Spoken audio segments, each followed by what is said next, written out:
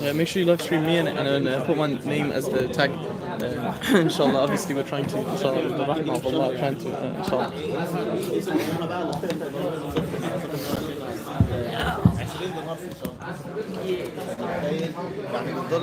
So, oh, hello. This isn't gonna wobble, is it? Actually, no, it's quite close to be fair. Should be fine.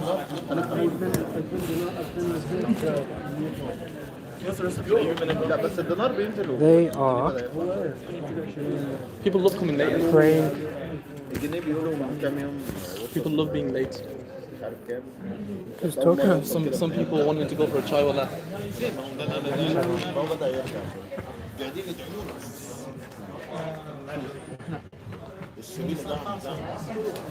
بهدلوا الناس بس هو يعني ما اعرفش يعني ممكن بعد كل الوقت ده في الاخر تلاقي النتيجه اسوء برضه يعني لو كان ساب الوضع كما هو كان تضحيات كتير مفيش مخ بيعمل طرق تخلف بياخد عمل مؤتمر وبعدين يعمل بيه طرق غبي لا بس عشان يعمل I'm coming towards the library. قال لك اعمل بصوره حامل كمان. انا بكتب براحتي ما اعرفش اشتم في مصر ولا في الكويت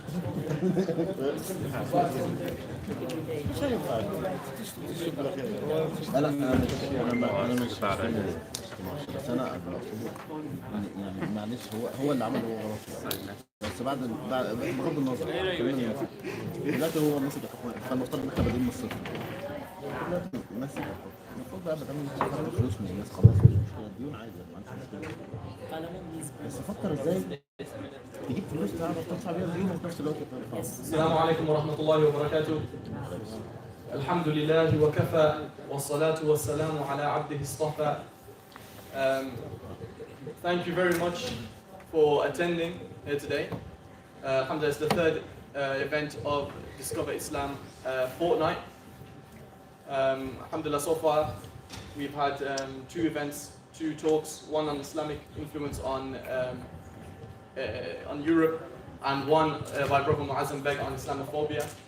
And today we will be delving into a bit of philosophy, a bit of the proofs for God's existence, God, fact, or fiction. And we've brought a brother from our era, Imran Hussain, who's had a lot of experience in this field and who's dealt with a lot of these issues. So inshallah ta'ala, the way that it will work is that he will deliver the main body of the lecture, and as normal we will have the questions and answers at the end, inshallah ta'ala. We will be using Slido, yes? And Slido, the code? 1441. 14? 41. 1441. So inshallah, if you just type in Slido on Google, 1441 is the code, and ask any questions that you have and we can answer them at the end. We can have Brother Imran answer them at the end. Yeah, so inshallah without further ado, we will give the microphone over. Unless you log in, then it's not. Someone logged in last time. Bismillah, alhamdulillah, wa salatu wa salamu ala rasulillah. Assalamu alaikum wa rahmatullah. This is going to be a bit of a challenge with this cord, so I don't kill myself or trip over it. First and foremost, brothers and sisters, Jazakallah khair for coming out. May Allah bless you guys for coming out. May Allah accept this from all of us. What I want to talk about today with you guys is a very important question, which is that does God exist or not? Right? This is a question that most of us engage with and think about at some point in our lives. We find ourselves at some point in our lives questioning our own existence and questioning the existence of God, or looking into the existence of God. Now, before I begin officially, I just want to quickly see how many people here are Muslim. Okay, that seems like most of us. Any non-Muslim friends and guests amongst us today? Okay, we have a couple. Brilliant. Okay, so Muslims, bear with me because I'm going to be directing the discussion predominantly towards our non-Muslim guests, right? So they can understand some of these concepts a bit more clearly and appreciate the reality of God from the Islamic perspective a bit better. Now, me personally, when I look at the question or the title of God, fact or fiction, I don't think it does justice to the topic because I think the question of God is far deeper, right? It's far more profound. It's not just if you like, a logical, philosophical exercise that we need to engage in, right? Questioning God's existence. Does he exist? Doesn't he exist? And then full stop after that, whichever side of the fence we fall on. Some of us may conclude, okay, God does exist and we are here. And some of us may say, well, God maybe doesn't exist and we end up on this side. But it shouldn't stop there.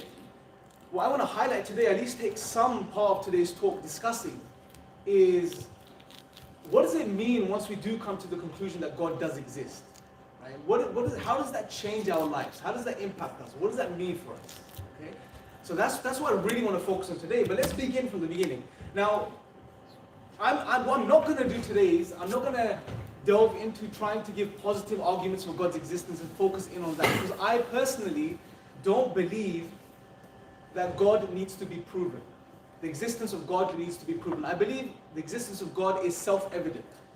Right? It's self-evident, it's extremely clear. What I want to do is I want to sort of unravel the layers that cover that clarity for us today. And the way I want to do this is I want to get us to look at it and reflect upon this question from the flip side, if you like. So I want to get us to initially engage with trying to understand life and reality in the absence of God. Right? Because I think once we really appreciate this and understand this, we would begin to appreciate and understand how necessary God really is to our own existence, to life, and to the world that we live in. So let's really think about this idea. Now, if we deny God, and we just go through this sort of hypothetical exercise for a second, and we sort of entertain the idea that there is no God, there is no creator. What does that mean? What does that mean? As soon as you deny God, and as soon as you say there is no creator, I want you to really think about this with me for a second. What are we saying? What we're saying, in other words, is that without God, everything that exists around us, the world around us, the existence around us, the universe around us, our own existence, all of these things are a result of one big accident. It's just one big accident. One big cosmic accident. Just random atoms and molecules that at random have been colliding into each other, bouncing around for God knows how long, pun intended, obviously.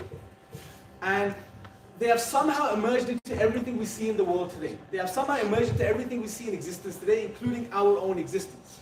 Now I want us to really focus in on this idea for a second, right? And so get us to appreciate what's going on here. What we're saying when we say God does not exist is that everything is one big accident.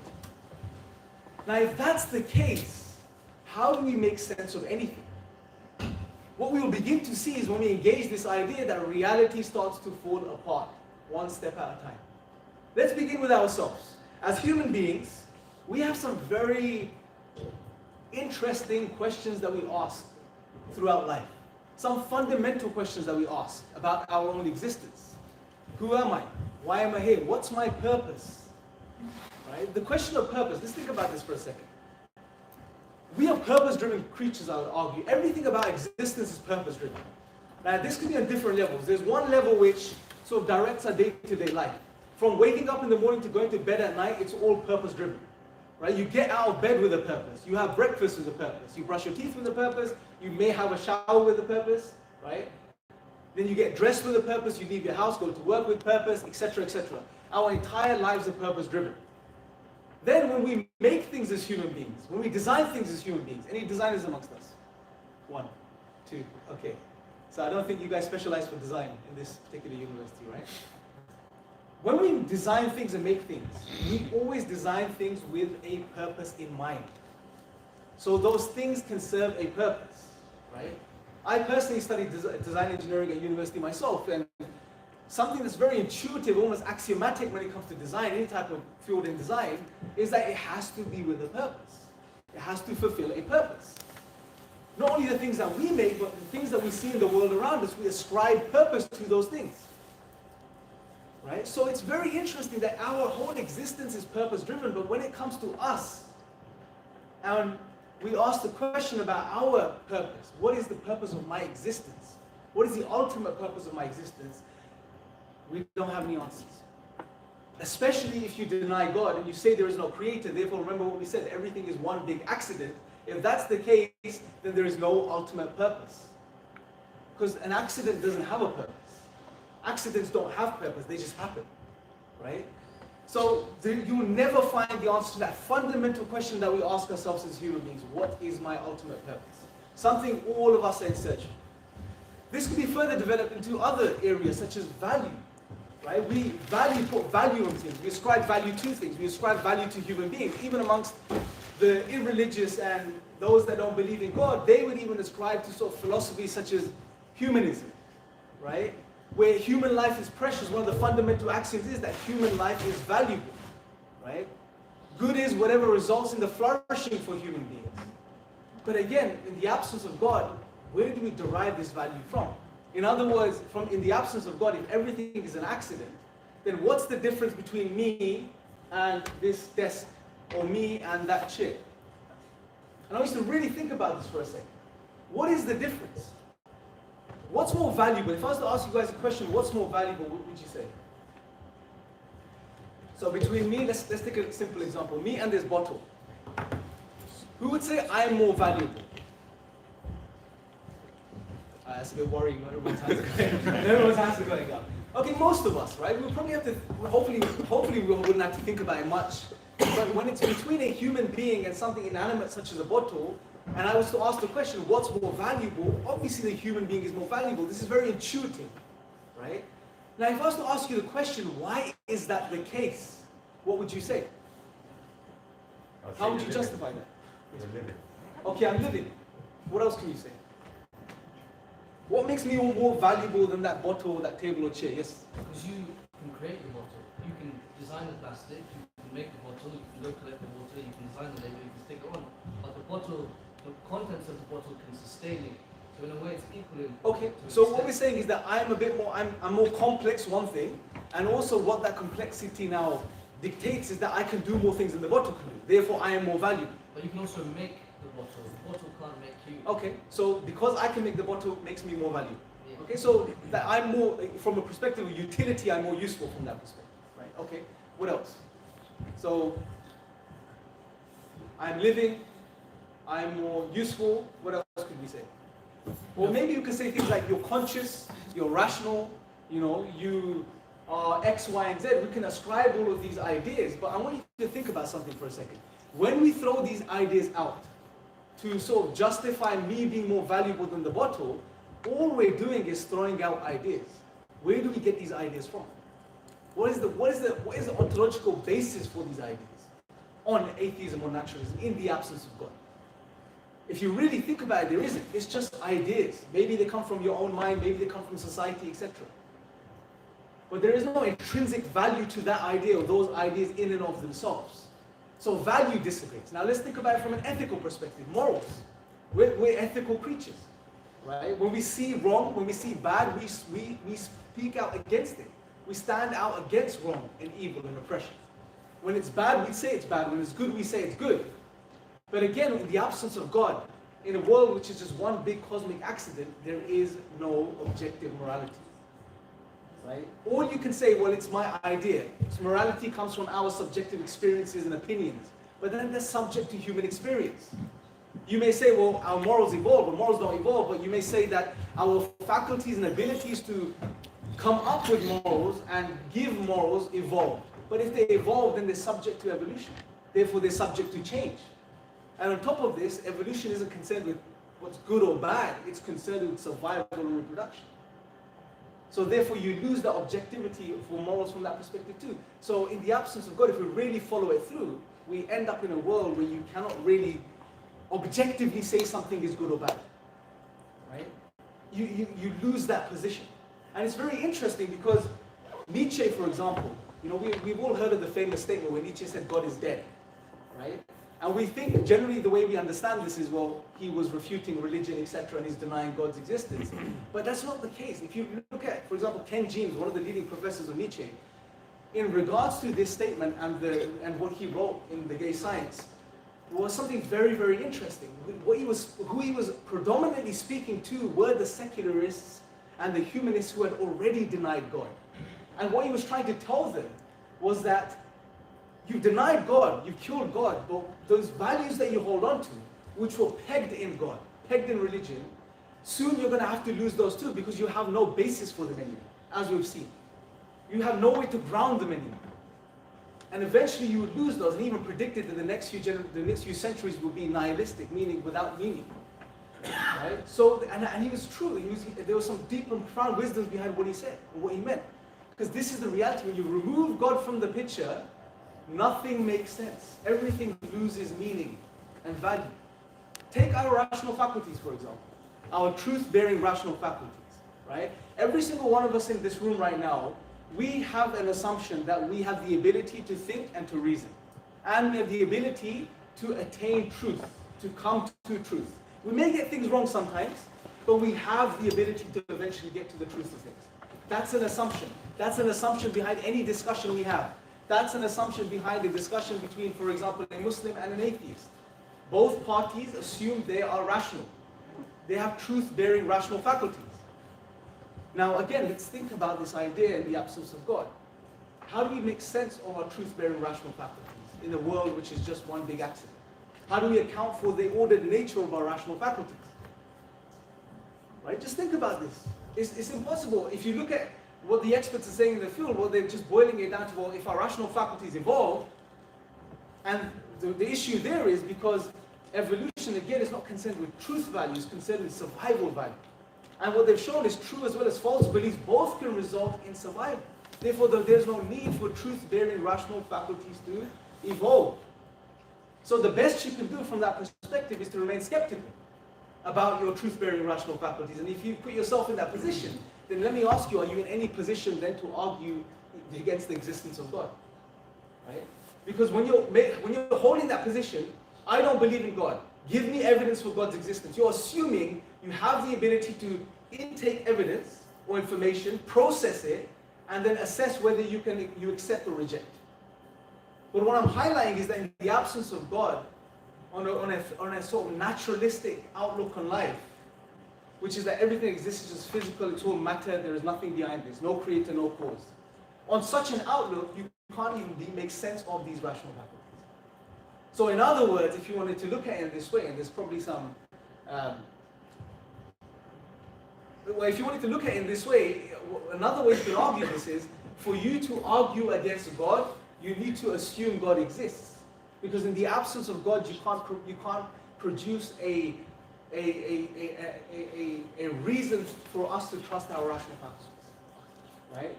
So this is why I said, I don't think we're in the position, if we really think things through, we're not in a position to even question God's existence. When we start to think about these things, we start to realize that God's existence is necessary to make sense of the world around us and to make sense of our own existence. Now that being said, I do want to share one argument with you today, which I think is a very profound argument.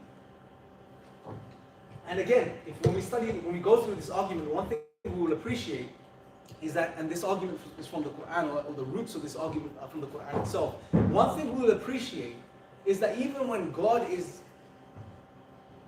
giving us an argument, He is delivering it in a way where He is highlighting how denying God renders reality senseless from this perspective. So in chapter 52 of the Quran, verses 35 and 36, these are some profound verses where God says, I'm going to give you the English, where God says, or were they created by nothing, or were they the creators of themselves? And then in the next verse, God says, or were they the creators of the heavens and the earth, meaning everything, the entire existence around us? But rather they are not certain. Now these are some profound verses. There are three possibilities God is mentioning here. Now I want to apply this on two levels. Let's begin with the first level. Let's begin with the first level and apply them as intended. God is speaking to the Meccans as the original recipients of this message, of this revelation. Right? By extension, us here today in the 21st century. So let's put ourselves in this position and ask the question. Did we come from nothing? Can something come from nothing? No. That's the conclusion we come to. Out of nothing, nothing comes. Nothing in and of itself has no potential. It has no potential. It's nothing. Right? So out of nothing, nothing comes. Let's move, you can cross that option out. Let's move to the next option. Or were they the creators of themselves? Who can create themselves? Now, what's very interesting is that there are steps here. The first step, okay, is an impossibility. Out of nothing, nothing comes. Then God steps it up a notch. Now, the next option is not only impossible, it's a paradox, it's a contradiction. Because to create yourself, you have to exist and not exist at the same time, which is an impossibility. Think about it. To create yourself, you have to already exist. If you're already in existence, then how can you create yourself? Because you've already been brought into existence. So you have to exist and not exist at the same time, which is impossible. Right? And then God moves on to the next point. Now, up until now, we've been focusing on ourselves and our own existence. Then God shifts the goalpost, and this is profound. This is one of the most beautiful things about the Quran, is He shifts. Then God says, well, were they the creators of the heavens and the earth? Did you create the universe? Did you create the world around you? Now, there's two problems here. One is, when you look at the universe around us and its great magnificence and all of just how great it actually is, we will realize it's impossible for any one of us to create the universe. It's just ridiculous to make such a claim. But secondly, another thing we understand from this is, God is asking us, can you create something that precedes your existence, that came before you? Because the universe existed prior to our existence.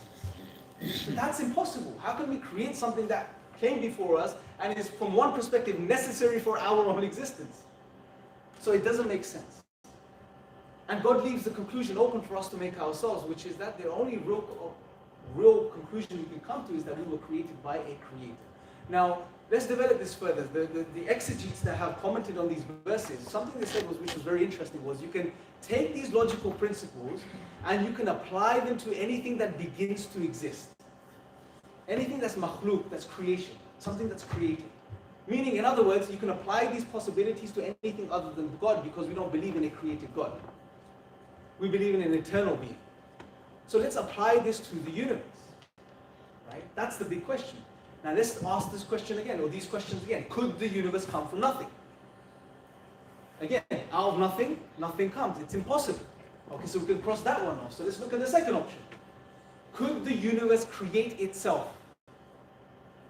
Again, it's impossible for the very same reason. For the universe to create itself, it has to exist and not exist at the same time, which is impossible.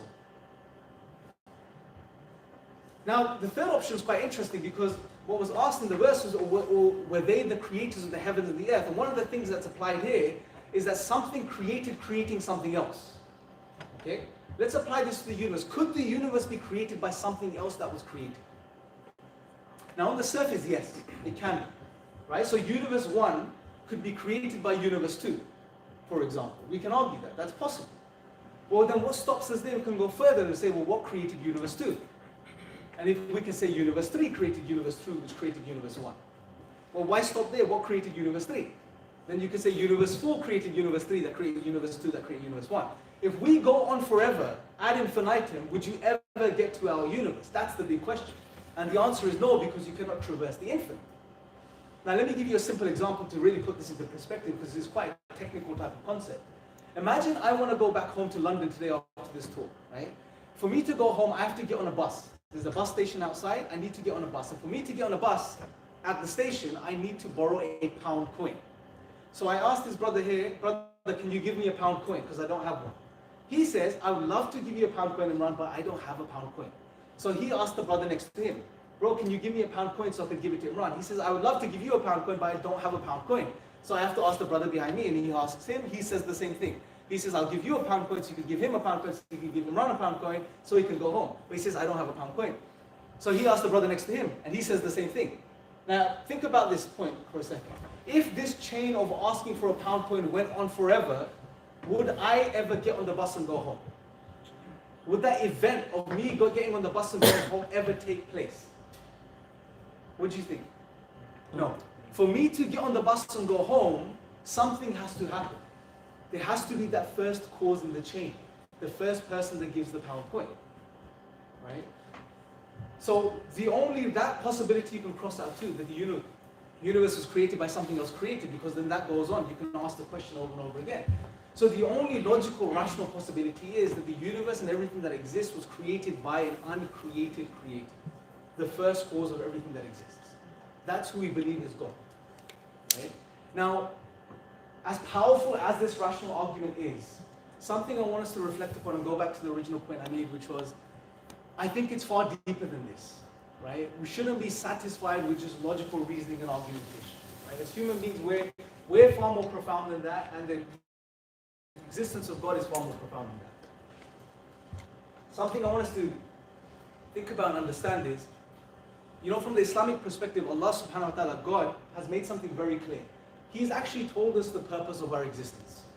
And an aspect of the purpose of existence that God tells us in the Quran is that He created us in this life, and He created life and death to test which of us are best in deeds, best in action.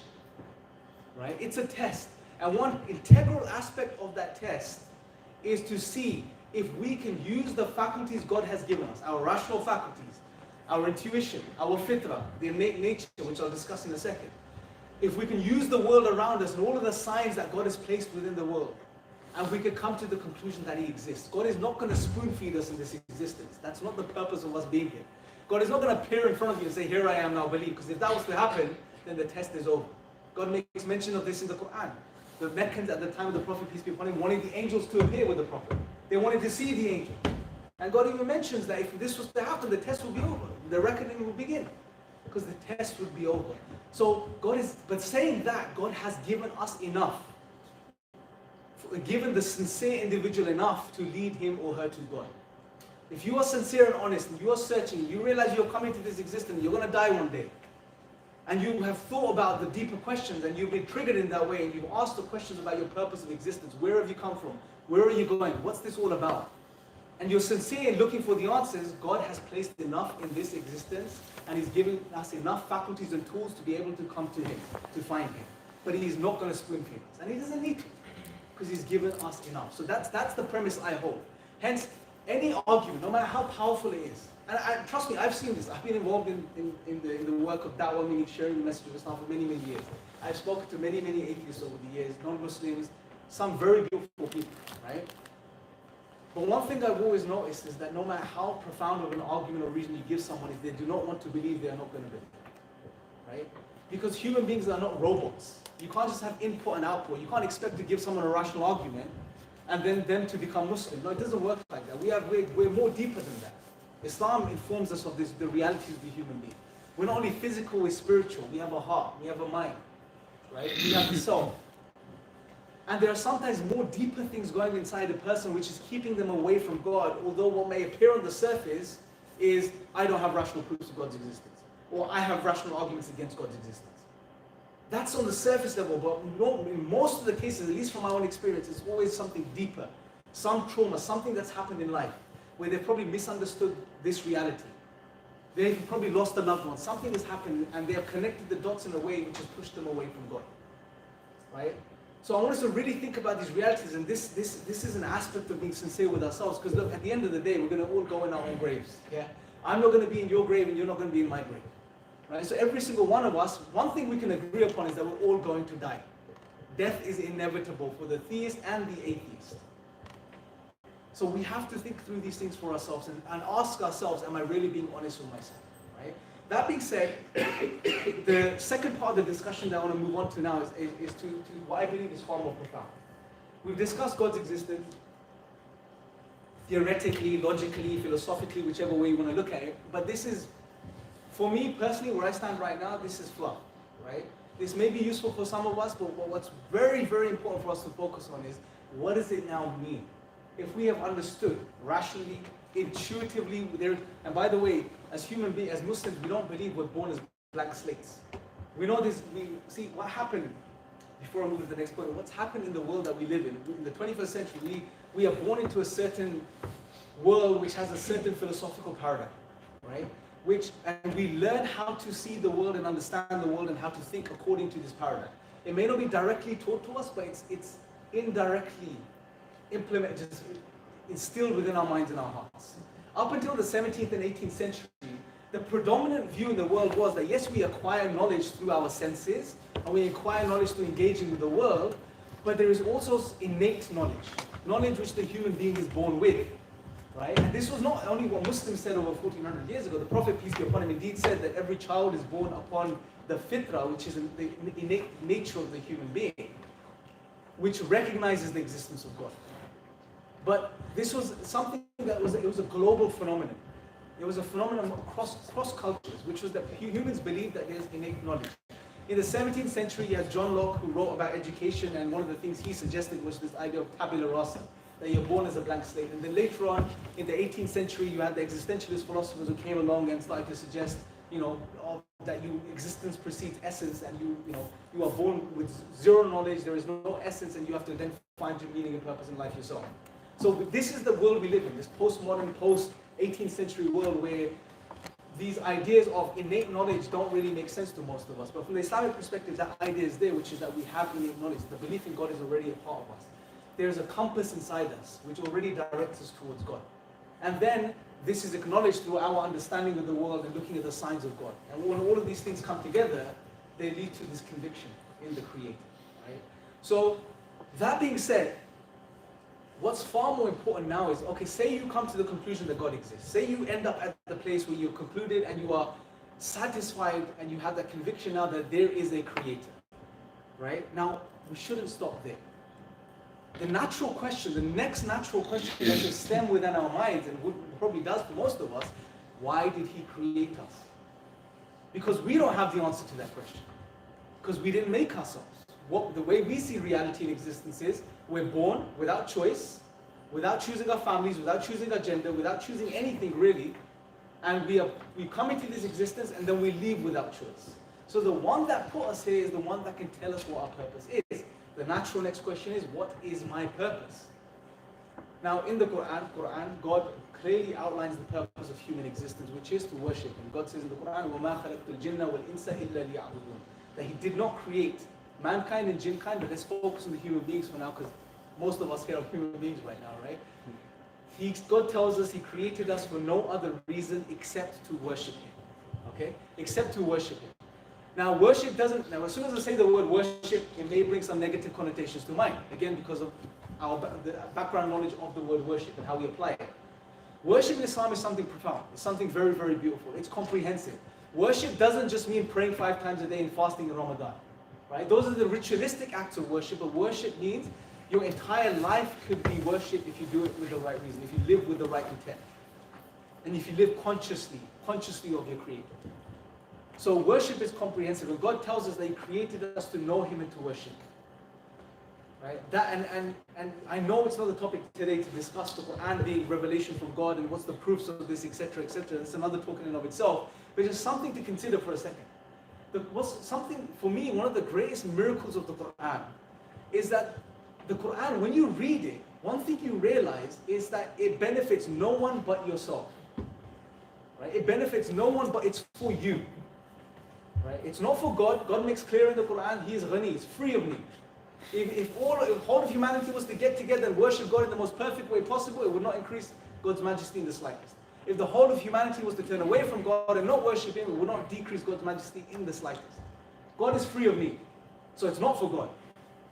It's not for the Prophet, peace be upon him, because let's look at the state of the Prophet, peace be upon him. Go back 1400 years.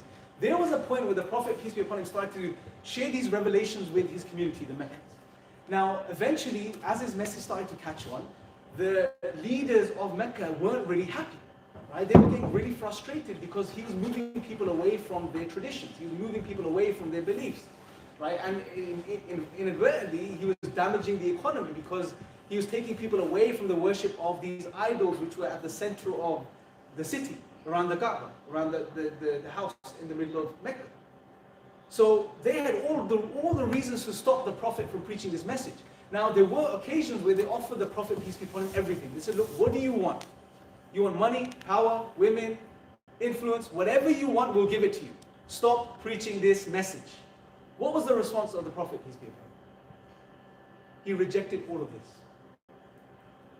Right? He basically, what his response was that I don't want any of this, I'm not going to stop preaching this message. Now something which is significant, which we need to appreciate here.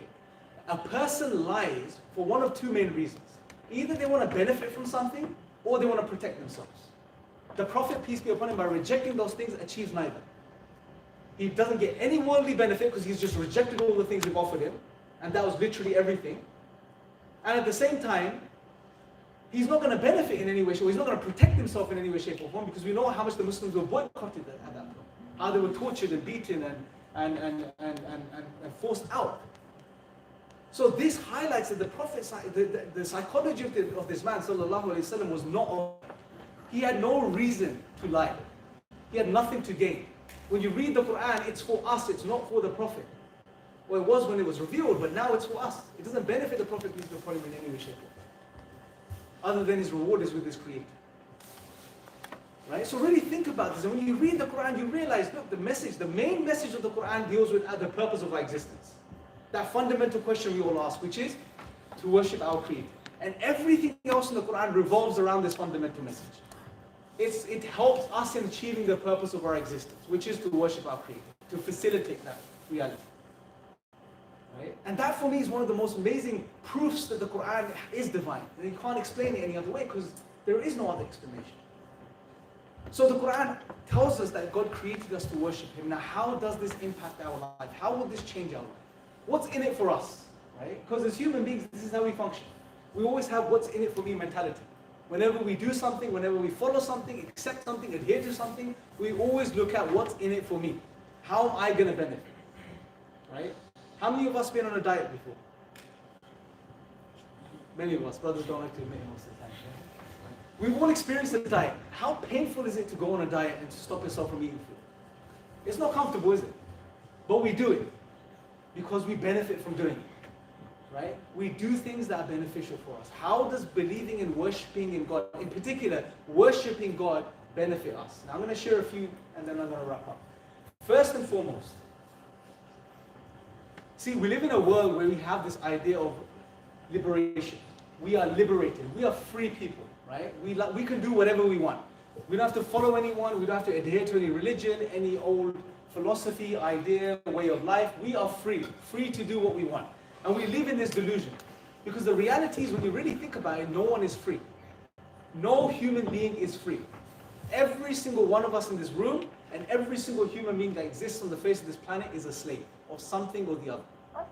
Some people are slaves, and I think someone like Siri agrees. Siri agrees. So some people are slaves of materialism. That's a very common thing that we fall into the slavery of, something we love the most and something we adhere to the most. Many people fall into this trap of materialism. It's all about buying. The next best thing, the next computer, the next TV, the next this, the next that. Other people become slaves of other human beings. Some become slaves of ideologies. Some become slaves even of themselves. See, even the most extreme type of person who says, look, I don't follow anyone. I don't listen to anyone. I don't adhere to any rules. I don't follow any people. I do what I want to do. The clue is in that statement. When they say, I do what I want to do, they are a slave of themselves. They are submitting to their own self.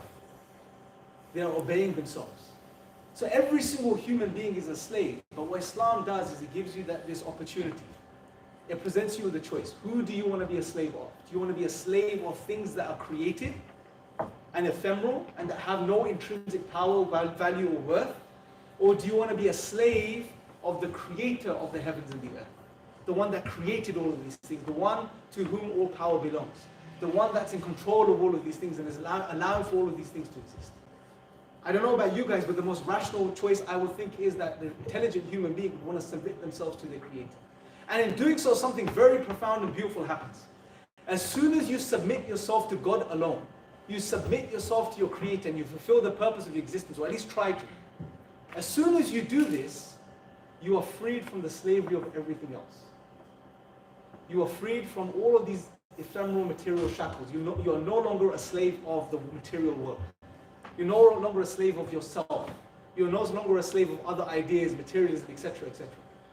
You are truly free. So if you want to look at it from the correct perspective, I would say is that if you truly want to be liberated, at least from the worldly perspective, the only way to do this is to submit yourself to your Creator and worship Him alone, and this elevates you from that perspective. Right? And that's something profound. Something else that comes with worshiping God alone, and doing what God has told you to do is This idea of reliance upon God, trusting God, right? Trusting God, putting your trust in God. Now, this is something so beautiful for us because, see, as human beings, our nature is to depend on other things and other people. Every single one of us, we can't help but depend on others, right? At some point of our lives, through our daily lives, through our weeks, our months, we always end up depending on people, ideas, things. We always are relying upon someone or something.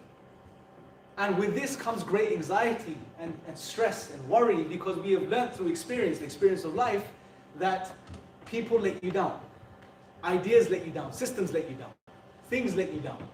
Time and time again, we are let down. I'm sure you guys, if you were to think about it, you could think about maybe, just this last week when someone let you down. Right? We are always let down by others. We let ourselves down.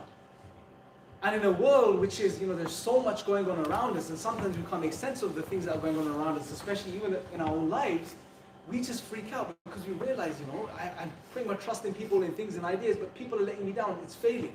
And we're always in this constant state of anxiety, in this constant state of worry. But what's profound is when you rely upon God and you trust upon God and you worship Him alone and you leave your affairs with God, it removes that anxiety and that worry. It brings that balance to the human being that the human being is looking for. Because when you submit to God alone and you put your trust in God alone, what you're doing is you're getting rid of your burdens. Because God is the one that's in control of every single thing that happens in your life and every single situation that unfolds and everything that's going to come your way. And therefore, God is in control. You don't need to worry anymore. Do the best you can and put your trust in God. And this removes that unnecessary anxiety and that worry and that stress. And that's one of the biggest killers in the world today. Right? It's stress. Stress is one of the biggest killers in the world. It's what leads to depression. It's what leads to diabetes. It's what leads to high blood pressure, hypertension, etc., etc. Right? It's the biggest killer. There's even some research showing that stress is what leads to types of psychological disorders later in life, like Alzheimer's. Right? To remove yourself, human beings, yes, we're born, and this is again the mercy of God, because we find ourselves in a position where in the absence of God, we're never going to find stability. But once you find your Creator and you submit to Him alone, that's where you find stability. And that experience, that taste, when you taste that stability for yourself, and you taste worshiping God for yourself, there is no greater proof than that. The greatest proof lies in the utility of how believing in God manifests and being useful for you as a human being. Right? It's something for us to think about, because sometimes what happens is we get caught up on just, here's the logic, here's the syllogism, here is a deductive argument. And it's so dry, but we're so much more deeper than that as human beings. Right? But we limit ourselves to these sort of psychological, intellectual gymnastics, right? Which aren't it's not going to do anything for anyone. Right? Yes, they have a role to play, but once they get to you, to your Creator, at that point, then that's where the journey begins. And that's where we need to go from. Right? The last thing I want to mention, just before I wrap up, is if we've understood this reality, brothers and sisters, this applies to all of us. If we have understood the reality of Allah subhanahu wa ta'ala, if we've understood who God is, that He is the creator of the heavens and the earth, that He created everything, that He created us with a purpose, and we are in this life, in this existence for a limited period of time, maybe 50 years, maybe 60 years, maybe 80 years. We don't know how long we have. Maybe some of us have days. We don't know. If we have realized this, then isn't it time we make that sacrifice, right? And submit to Him alone. Because in many cases, most people don't want to submit to God. Because in submitting to God means you have to give up things that you're already used to. You have to give up things that you like, that you love sometimes. You have to make the sacrifice. And I guarantee you, brothers and sisters, you could do this as some homework when you go away later on. Research and look up any influential great person in history, any, Muslim, non-Muslim. And I guarantee you will find their lives are full of sacrifices. They've had to give up things to achieve that greatness. The greatest human beings that ever stepped foot on this earth were who? The prophets of Allah. They made the greatest sacrifices. Right? Abraham, Prophet Abraham, peace be upon him, one of the greatest messengers of God. Most of us know of him, most of us have heard of him. He made the greatest sacrifices. He didn't achieve the title of being a friend of God for no reason. Right? It was his sacrifices. So much so that he was willing to even sacrifice his son. Right? Just think about this. We have amazing stories. We may think these are prophets. There are companions of the Prophet, peace be upon him. Musab ibn Umair is an example. What a profound story. I mean, when you read his story, it just blows your mind. This guy was one of the richest people at the time of the Prophet, peace be upon him. He had everything. He had all the money you can imagine, all of the luxurious things. He would dress up in the most amazing way. He had the best perfumes, etc., etc. He had everything, right? He gave it all up. It was all taken away from him because he had the choice to make Islam or his lifestyle. And he sacrificed his lifestyle for Islam because he understood the value and worth of what Islam is. He understood the value of submitting to God alone and worshiping God alone. You know, so much so that we know of times in his life where when the Muslims got to Medina, you know, there was a time where the Prophet, peace be upon him, was giving a sermon on the pulpit, and he came in, and some of the companions looked at him and they remembered him from Mecca. They remembered his lifestyle, how he used to dress and what he used to wear. But when they saw him this time, some of them turned away and they started crying. They literally started crying because he was wearing a sort of cloth with holes in it. Right? He gave up everything for this truth. Right? And we hear amazing stories of sacrifice. But brothers and sisters, we are not being asked to make such sacrifices today in the 21st century. Alhamdulillah, thank God for that. What are the sacrifices that we have to make? Just give up some of our desires. Give up some of the things that we like, some of the things that we may have come to love. Some just our lifestyles. In return for what? In return for what?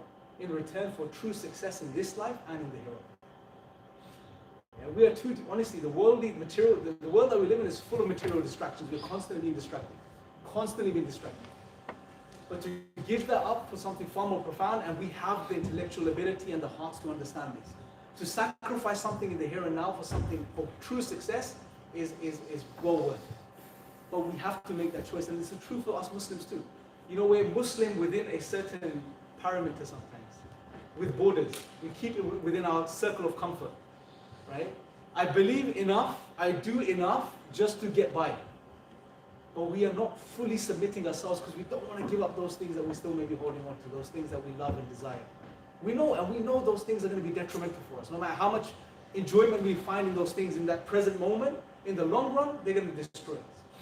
But we hold on to them. And we give up, which is true success. You know, so hopefully I've given you guys some things to think about today. I thank you guys for listening and being patient with me. Yeah, we'll open up the Q&A. Jazakallah.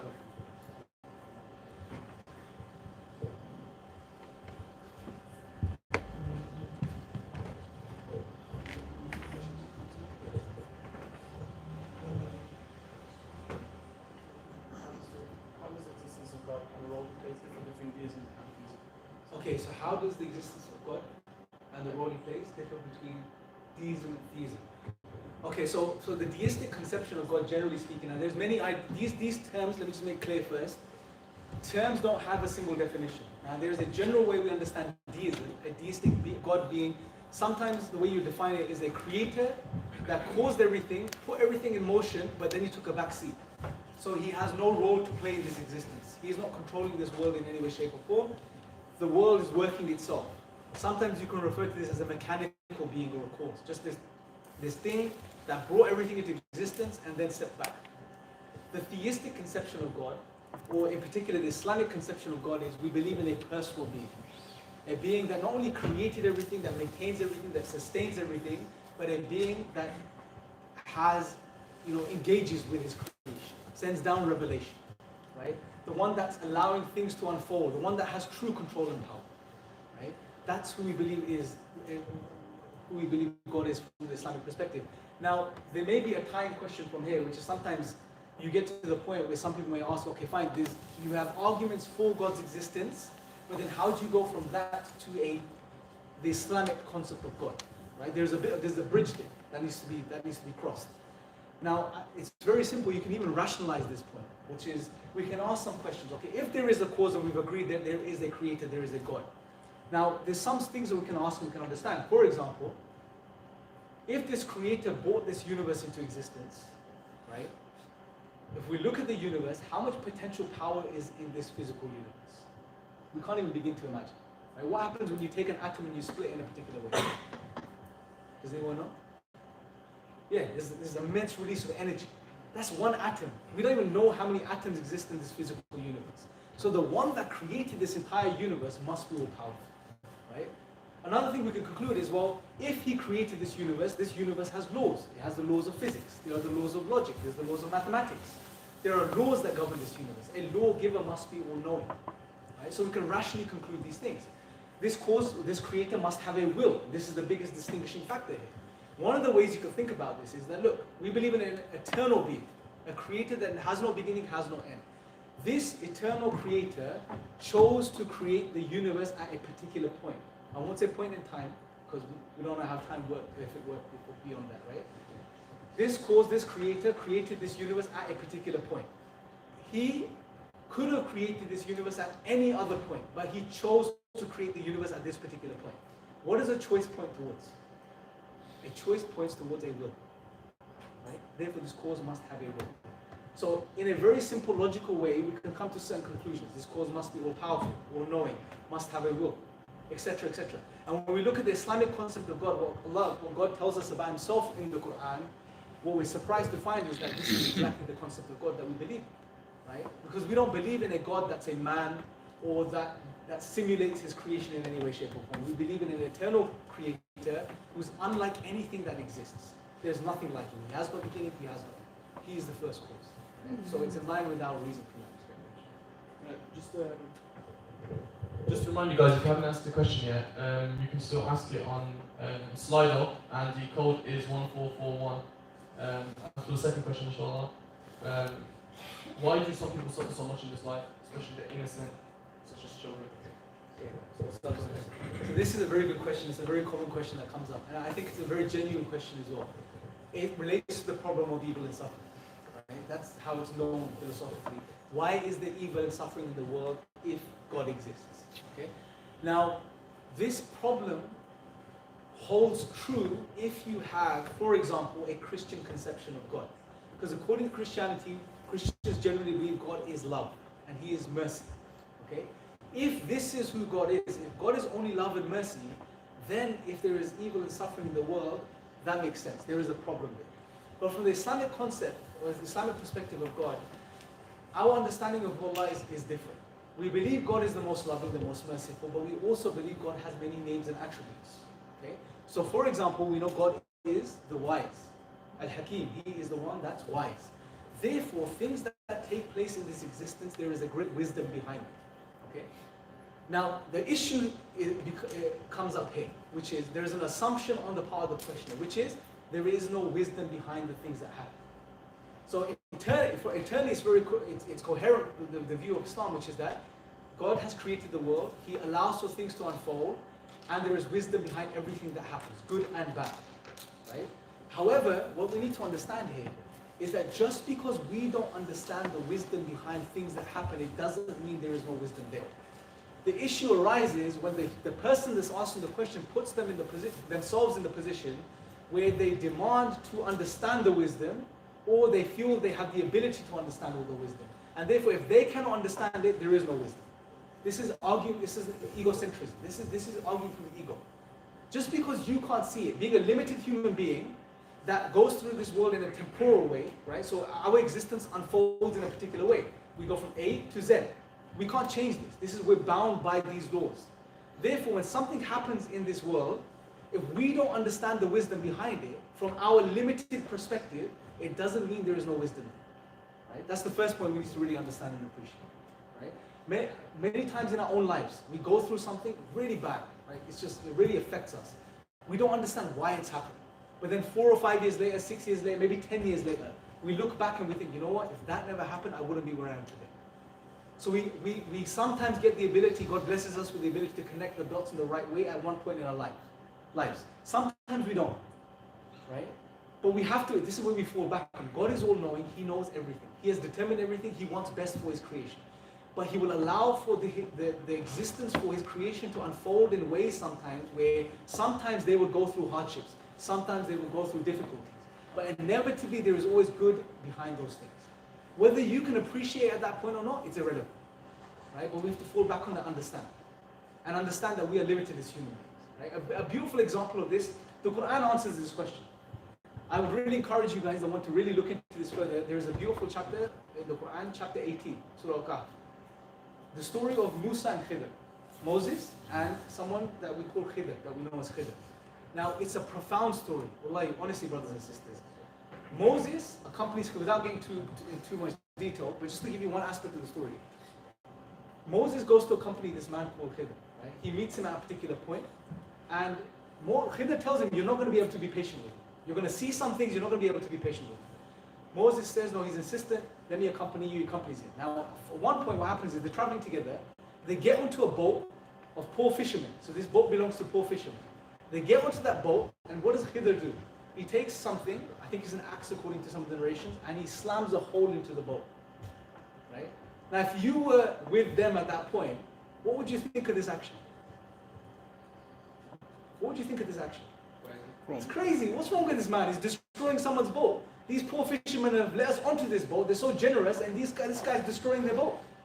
Moses too reacts in this way because Moses has a certain type of knowledge. He sees the world from the way most of us see the world, which is in this linear way. So he sees an event take place, he makes a conclusion about the event, this is evil, this is bad. And then they continue, and then a few more things happen, but at the end of it, before they part ways, Khidr tells him the insights into why he did those things. So Khidr was blessed with a certain type of knowledge from God. He was given insight of the unseen, which Moses didn't have. So in respect to this occurrence, Khidr tells him that if the reason I put the hole in the boat is because there was a king that was stealing all of the boats in the bay, right? And if I didn't damage the boat, the king would have taken the boat away, which means they would have had no source of livelihood and they would have died of starvation. But I made a hole in the boat so it was damaged so the king wouldn't take it. They can patch up the hole easily.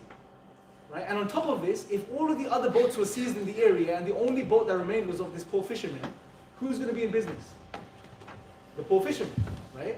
So there was a greater benefit in this. That was in the future, in the unseen, from the perspective of Moses, right? So again, it goes back to the point. As human beings, what happens is we see something happen, we make a conclusion about that event. Oh, this is evil, this is bad. Maybe so from our limited perspective at that time, but it doesn't mean there isn't greater wisdom behind this and there isn't inevitably good in this. So that's how we understand it from Islamic perspective. So I've got two questions on, but they're basically similar as well. So one, it's do you think Islam is just one interpretation of the superior authority we interpret as God? So basically saying, if so, isn't it okay for people to worship God in different ways? Why Islam specifically? Okay, so there's a few ways I can answer this, but the way I'll answer it is like this today, I guess. So God is the creator of the heavens and the earth. The questioner is just asking, so why can't we worship this creator in any way we like, right? In the absence of revelation, that may apply, because we know there were periods in history where God didn't send revelation for maybe decades, centuries, etc. During those phases, even before the Prophet, peace be upon him, came, there were people that were trying to worship God the best they can based on their nature, right? But they still didn't know how to do it properly. As human beings, we don't know how to worship God, even if we recognize He exists. And if we make up a form of worship, it doesn't mean that form is true. In the absence of revelation, if there was no revelation from God that was amongst us today, that was preserved, and if you did that, then if you're doing it sincerely, then it's up to God. God is the most merciful. He would have accepted it from you most likely. But now that we have revelation from God, we can establish it's preserved. We can establish that it is from God indeed, and there are many proofs of the Quran being from God. Then it's a very natural, intuitive, rational thing to then follow what God has said, because God knows best. If God is telling us how to worship Him, there is no way that's going to be better than that. So why not save time and do it in that way? Because like we said, we don't have an eternity, right? We only have a limited period of time. If we were alive for 1,000 years or 10,000 years, then yeah, you could say I have time to experiment, but we don't. So we want to make the most of this existence, and the best way to do this is to worship God the way God has told us to worship.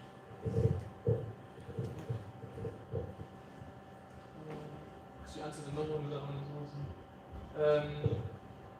Okay, so it says our fate is written down by God, so whatever we do, good or bad, Allah knows. So when we do a sin, we get depressed, and when we do good, we are pleased. What's the reason behind that? Okay, so I think there's like two, I'm not sure what the question is. So I was initially assuming it's going to go down the line of predestination, etc. But it seems like if what the question is asking is if we do good and bad and it's determined by God, then why do we feel a certain way? So I think let's answer both things. The reason we feel bad and good when we do sins, this is actually something that points towards our nature. That innately we recognize when we do something bad and we have a sense of guilt. And when we do something good, we have a sense of a good feeling, right? God tells us again in the Quran, Surah Ash-Shams, where God says that He inspired the soul of its piety and the evil aspect of its nature. So there is a baseline understanding of good and bad, and we engage in bad, we feel a sense of guilt. And again, this is a blessing because it's a gauge for us. It sort of directs us in the way we need to act and be. Now, regarding God determining everything, see, this is a very common question as well, that if God knows everything and He has determined everything, then the whole idea of free will and acting upon your own, of your own accord. This is an age-old question. This is a question that existed prior to Islam as well. There's many ways of answering this, but the way that I think it's the most adequate and taking the position of humility to answer this question is to recognize two things. First thing to recognize is that as human beings, we are limited. Most of the reasons we fall into the trap of engaging in questions and ideas and discussions about things which are beyond us is because there is a sense of arrogance whereby we think that we have the ability to understand everything. We don't. This is an underlying sort of principle of philosophy that the human intellect could lead you to all truth, but it can't. Right? Our intellect is limited. So we understand the world from our sphere.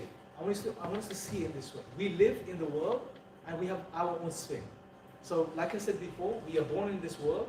It's linear. It has a linear path. Time flows in a certain way. We are bound by this. We start at A, go to B, C, D, all the way to Z.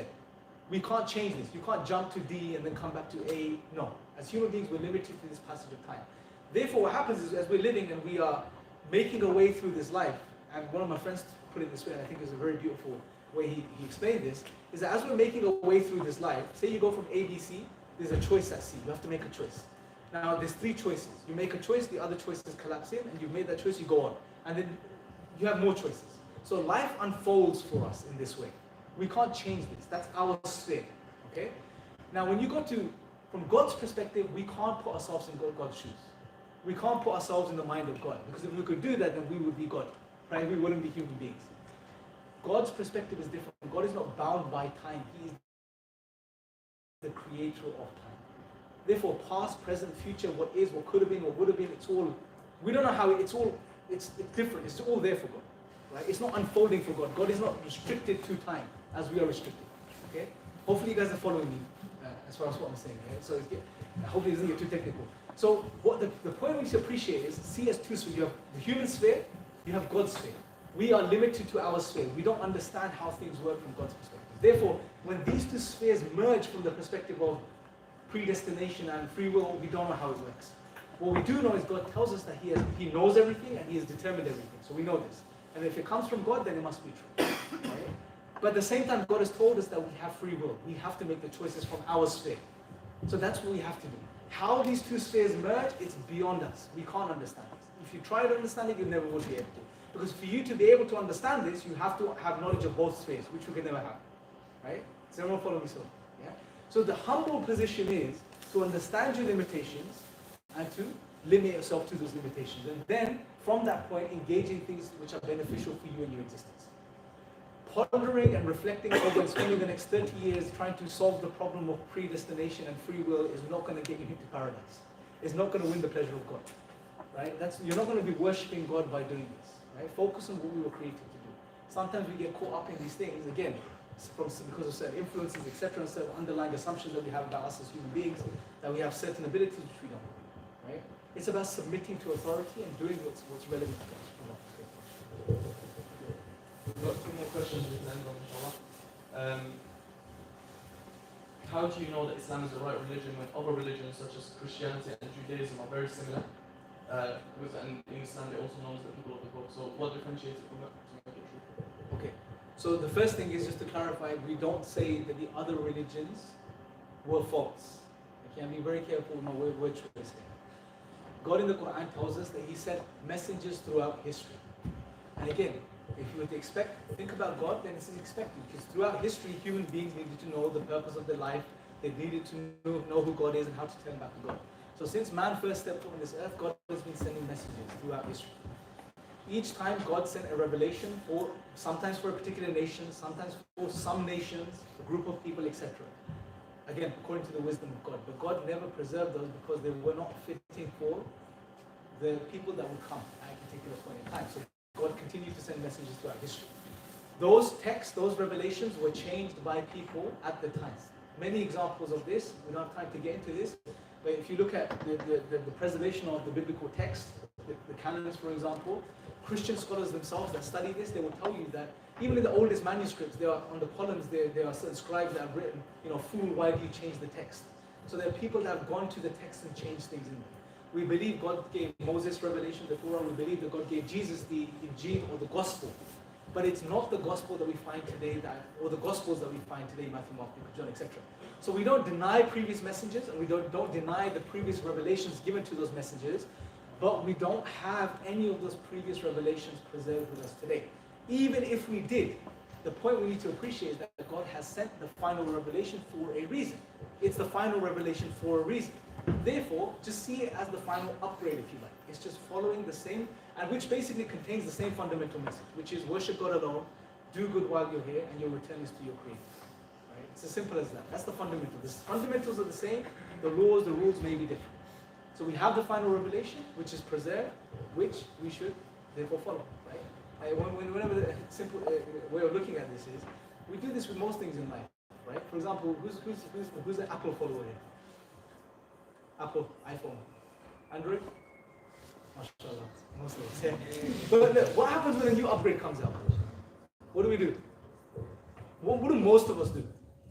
We upgrade, right? We upgrade for a reason, because it's going to have new software and it's going to be more beneficial, right? So that's exactly, it's in one way, it's not a perfect analogy, but it gets us to appreciate the point, which is, if you have the final revelation, why not follow the final revelation? Someone's asked, does evil exist because of free will? And if that's the case, then why do people blame God for mankind's actions? Okay, so this is a bit of a deeper question. First thing we need to understand, God has created everything, good and evil, or what we call evil, right? But there is no pure evil in and of itself.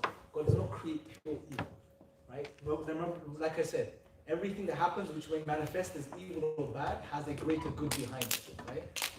So can you repeat that question again? Oh, sorry, I just lost it. So it's saying, does evil exist because of free will?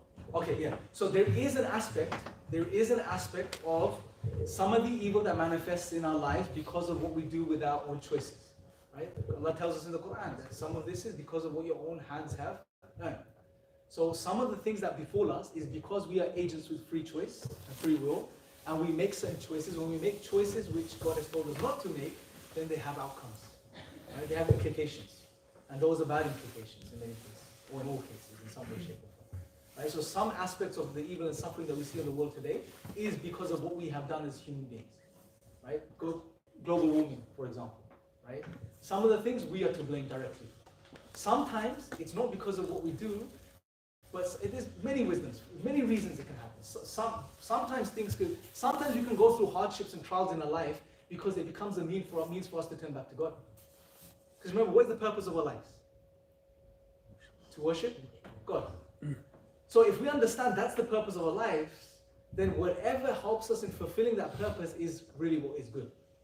Now that may manifest as a trial, a tribulation, right? Or it might manifest as something good, right? Sometimes we get something good and this turns us back to God. We thank God. Sometimes when we get good things, it deludes us and it takes us away from God.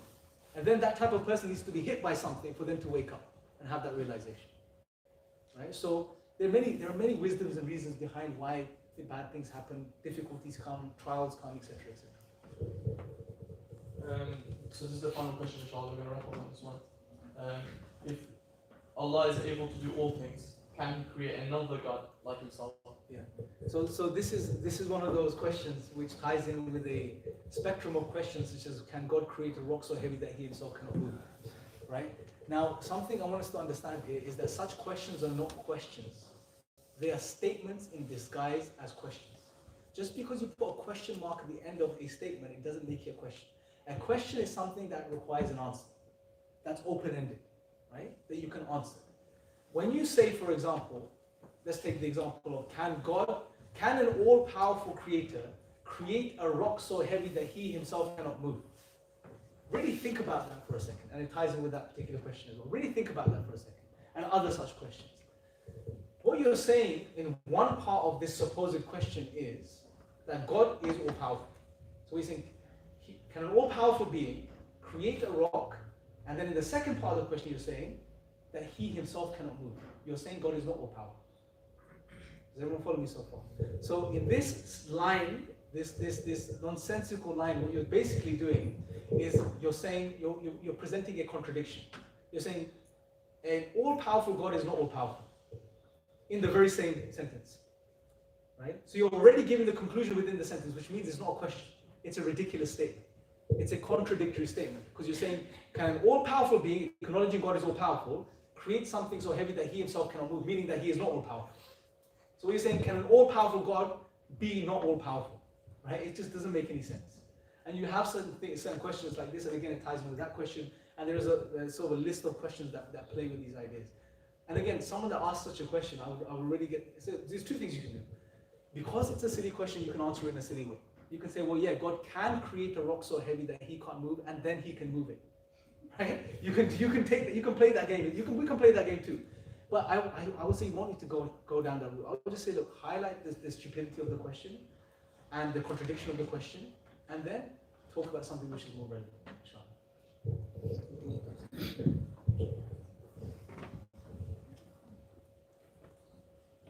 He's saying, what if other religions who believe in God say that they have the truth? How do you respond to that? So if other religions say they have the truth, first and foremost, look, if this is, let me speak to the Muslims in particular, and then with everyone else as well. When you're involved in the work of da'wah, or meaning sharing the message of Islam with people, right, and you will engage with people that have other beliefs and other views, then you have to approach them with love and compassion. Unfortunately, a lot of the da'wah that's taking place is very aggressive and very unpalatable, right? You are talking down to people, we're aggressive towards people, and we're not going to win their hearts and minds like this. This is not what Islam teaches us, right? We have to approach people with humility and love and compassion. If someone says they have the truth, then this is a point of discussion. Let's discuss this. Let's talk about this. What do you believe? Look at what they believe. Then share what you believe with them as well, right? And have a nice civil discussion with people, right? Ask them why they believe what they believe.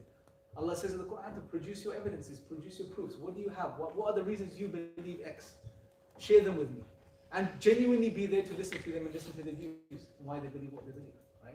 And I really believe if you're having this sincere discussion, and if some of you on that journey yourself, where you're looking at different religions and different texts and different worldviews, I've gone on that journey and I've personally come to the conclusion, as have many people, that Islam is the final installment, the final message from the Creator of the heavens and the earth to us human beings for the Day of Judgment. Not to say that the previous people weren't given revelation, of course they will, Allah says this in the Quran, but they don't have that preserved final revelation, right?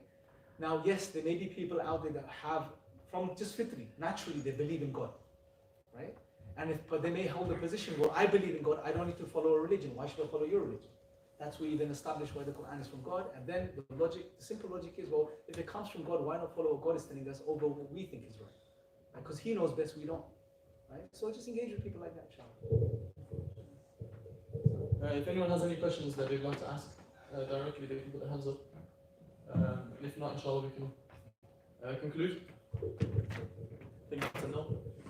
Okay, so alhamdulillah, jazakallah khair to Brother Imran for a enlightening talk. Inshallah for next week. Oh, is there a question? I don't know. I was just going to ask, as you were talking earlier about people aggressively spreading messages, I can see sometimes outside, KFC here and stuff like that, people are very aggressive. Leicester Square in London, people are very aggressive. Now, I believe faith is a gift, which presents itself to some people, and some people will come in time, hopefully.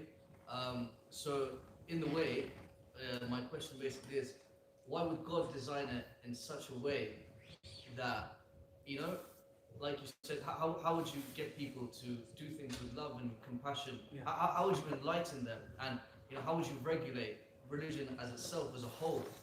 And further on more, you have things like the Vatican and stuff, where mankind has taken religion and sort of corrupted it by asking for donations and all this kind of stuff. So how would you, fix that kind of thing and just make it all about God? That's a beautiful question, so thank you for that question. So, so at the end of the day, what you've touched upon a very important point, that there's your religious people, you claim to follow the Creator of the heavens and the earth.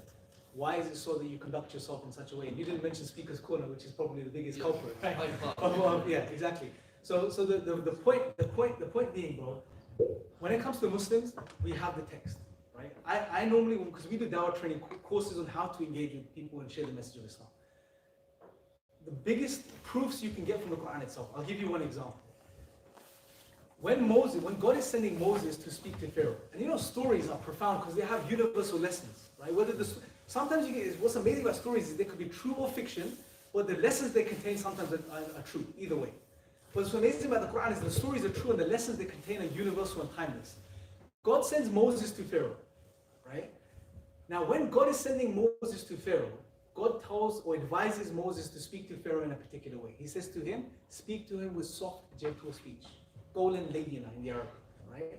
Now something which is profound, if you reflect upon this for a second, bro, is Moses is one of the best of human beings. He's the prophet of God, right? Pharaoh, if you read his history, he's one of the worst of human beings. The atrocities he's doing, the stuff he's doing on the earth is crazy, yeah? God is sending one of the best of human beings to one of the worst of human beings, and he's telling him to speak to him softly so he may understand. If that's the case, then how should we be speaking to people? Right? A very important point to reflect upon. No Muslim on the face of this earth is the equivalent of Moses, as good as him. I would argue no non-Muslim out there today is as bad as Pharaoh, right? Therefore, if Moses has been asked to speak softly with Pharaoh, then why are we speaking to people softly and gently, with the best manners and the best conduct, right? There's no excuse for Muslims. But unfortunately, we don't go back to our own text. We don't see the way of engaging with people. We get zealous, we listen to people, sometimes we're young, we make mistakes, right? Everyone makes mistakes. Muslims make mistakes too, right? But another point you highlighted, and I think speaking about the Vatican, if we go back in history, for example, at the time of the French Revolution, one of the reasons, and that was most of the historians say that was the birthplace of atheism, right? At that time, in the 17th century, because people rebelled against the church. They saw its atrocities, the evils, the way they were taking money, the bad things they were doing, and they rebelled against that. And what was interesting, the thinkers at the time, some of the philosophers that emerged and that sort of supported this movement against religion, they weren't necessarily against God. For example, Voltaire was one of the famous philosophers there at the time, and he made a very interesting insight. He said, if the church would change its ways, people wouldn't be atheists. Right? Meaning that most of the movement was a rebellion against what the church was doing. So they were throwing the baby out with the bathwater, basically. Right? Forget the church and forget God too. Right? And we have to learn from these historical lessons. Why make the same mistakes? We're human beings. We're not robots, like I said. We have emotions, right? We have to treat people gently and kindly and softly. If we really, genuinely and sincerely want people to know the message of Islam. If we don't, then do what you want. If you just want an ego boost, go do what you want. The Prophet, peace be upon him, he was a mercy sent by God. He was sent as a mercy to humanity. He even said, or God says in the Quran, that if you were harsh towards them, the companions, they would have fled, they would have left you.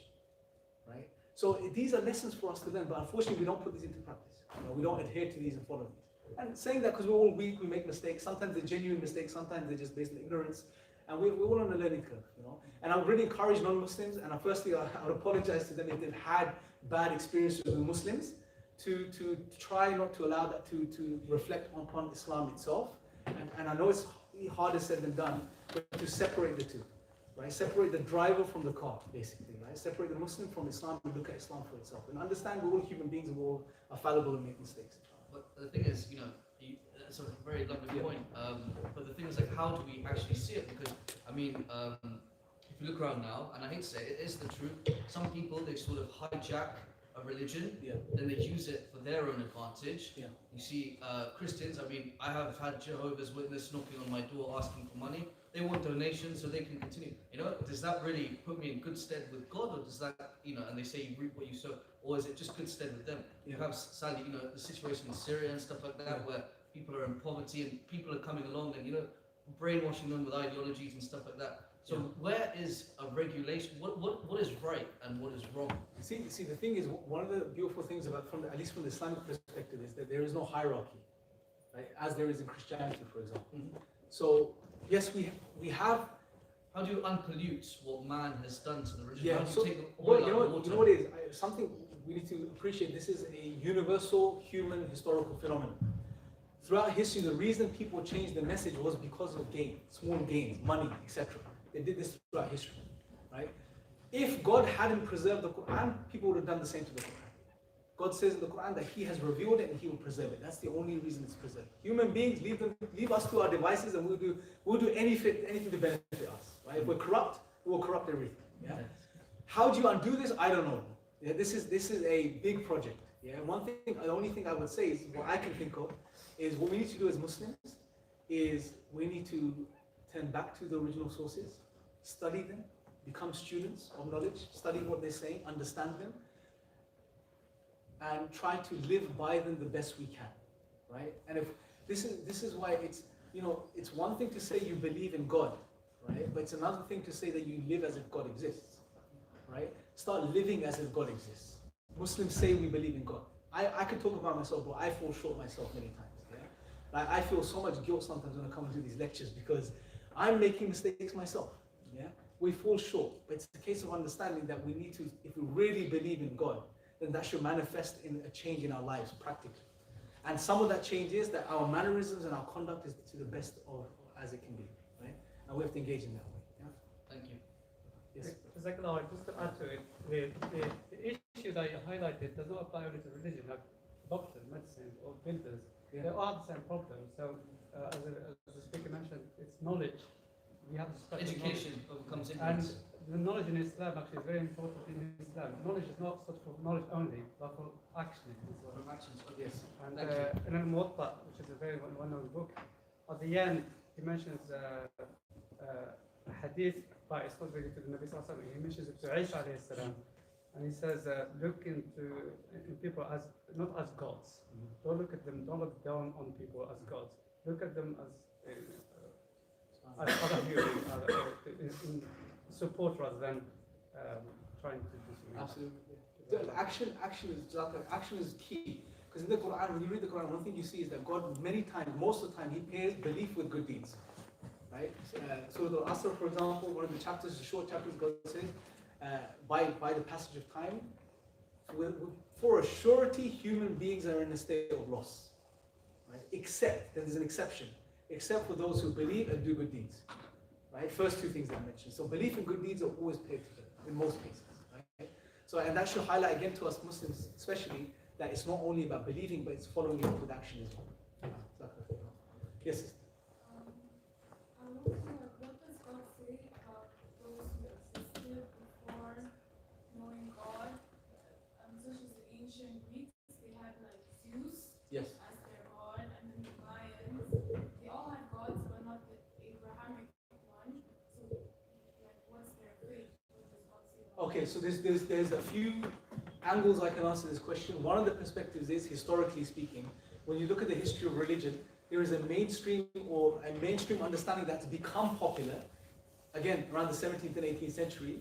And there's a reason one of these understandings was chosen, which is that the view that human beings evolved, so it's tied in with the theory of evolution, which is we evolved, so our concept or conceptualization of God also evolved. So we started off as pantheists and believers in many different gods, and we worship things, and then as our intellects developed, we started to believe in one God, right?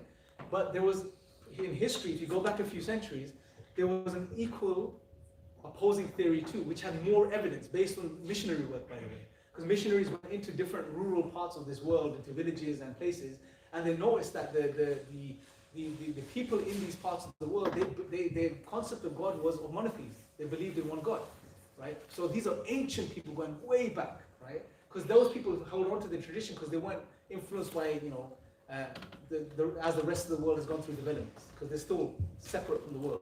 So the opposing view was that monotheism was the original state, and then people moved away from this and associated partners with God over time.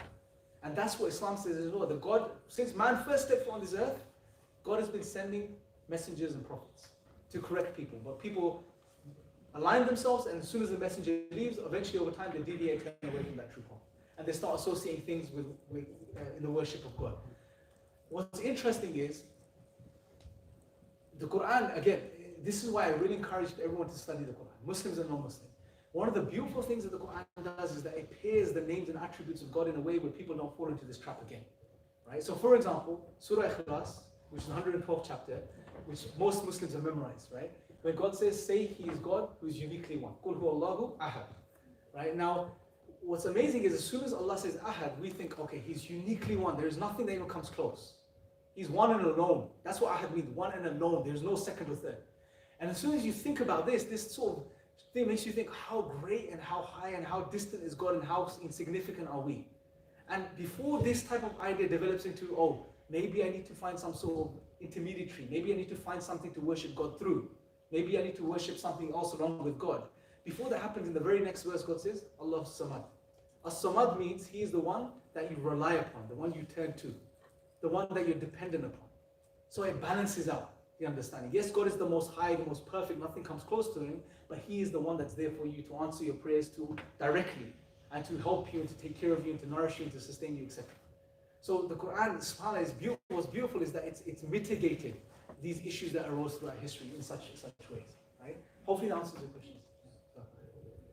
Any other questions? Yes, sister. So what does Islam say about evolution? Okay. Islam doesn't say anything about evolution, if we're being very honest. At least human, at least human evolution, right? So here's the thing. It's not one of the big topics in Islam.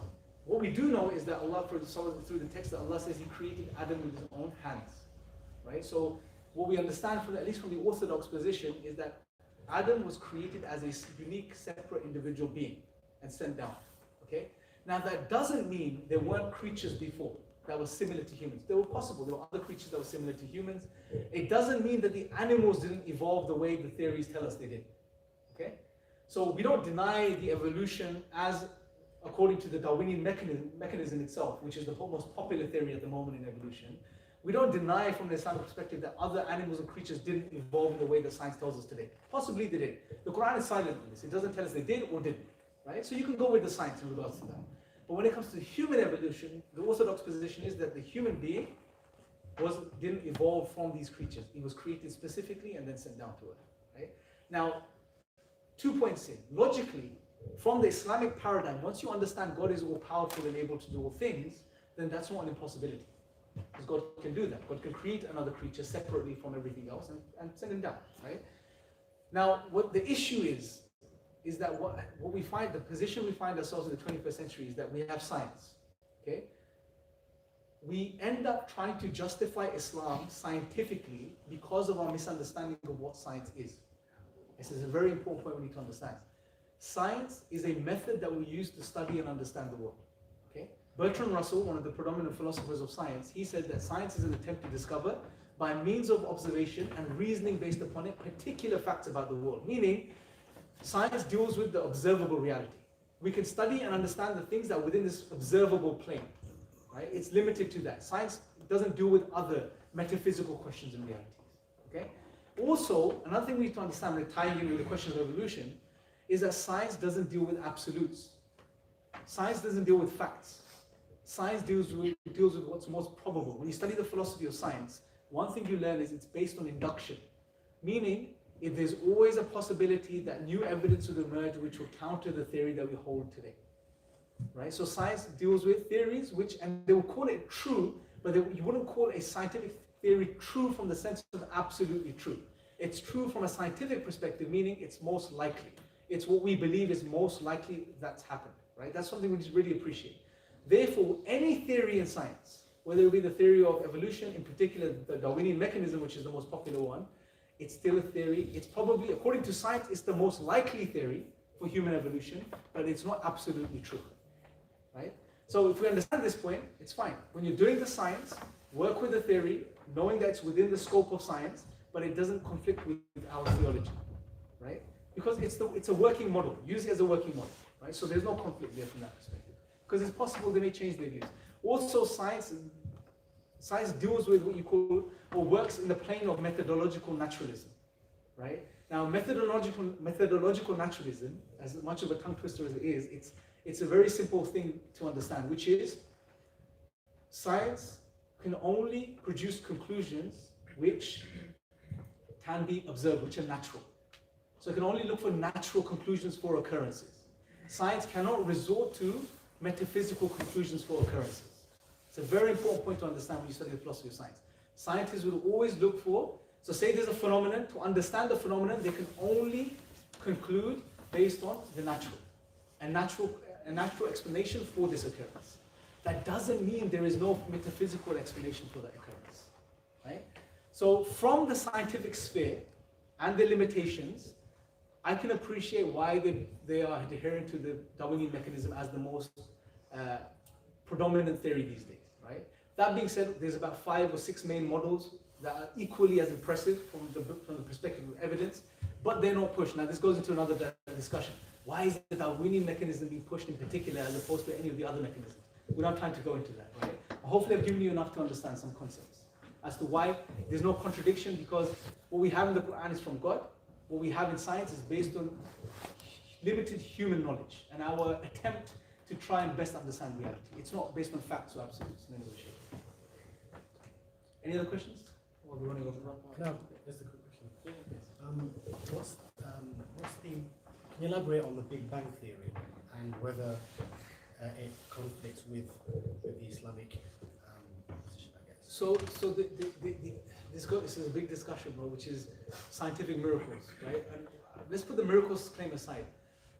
There are ayat in the Quran where Allah speaks about what we read as Allah speaking about the origins of the universe. They will close the sun there, and then Allah split the universe apart, right? Now, the current model, this is why we shouldn't make claims such as there's scientific miracles in the Quran. Because once you understand the limitations of science, you realize they don't deal with absolutes. So yes, the current most predominant theory in science at the moment regarding the origins of the universe is the Big Bang theory. But then there are different models of the Big Bang theory as well. Right? Some scientists prefer one over the other. Some scientists even are coming out today and saying the universe didn't have a beginning, origin point. Right? There's many views. There's differing. They keep going back and forth, up and down. Right? Because it's so fluid in science, we shouldn't link it to the Quran and say, look, miracle. Because as soon as we do this, now we're setting the Quran up to fail. Because say in 5 years' time, the scientists say the Big Bang is not true, it didn't happen. We've changed our theory based on new evidence. Does that mean the Quran is wrong now? No, absolutely not. Because maybe the ayah could be understood in that way, but maybe that particular ayah could be understood in another way. Right? Maybe Allah is just trying to get us to reflect over His power and His majesty, that He brought everything into existence like this. It doesn't mean it specifically is referring to the Big Bang. But is it in line with the current understanding of science? Yeah, of course it is. Because Allah mentions natural phenomena, right? But we shouldn't say scientific miracle, because it's wrong to make that. But yeah, is the Quran in line with our understanding of nature? Of course it is, when you reflect over it. Jazakallah khair. I think we're done for time, inshallah. Jazakallah khair. We also have Dawah Stalls next week in the hub, inshallah. We also have Exhibition Islam coming on Wednesday. So just keep, keep an eye out for the posters on our social media, inshallah, on Instagram, Coventry.ISA.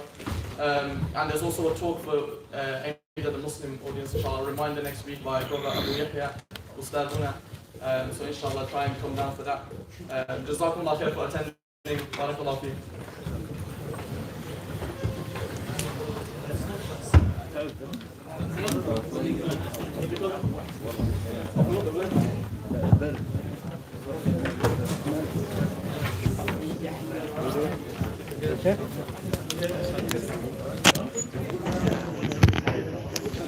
Kate's tripod.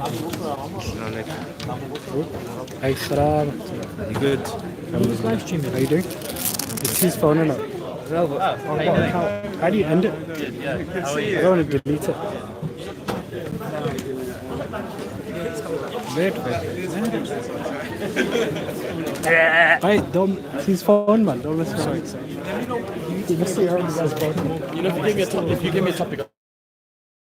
I do this Monday.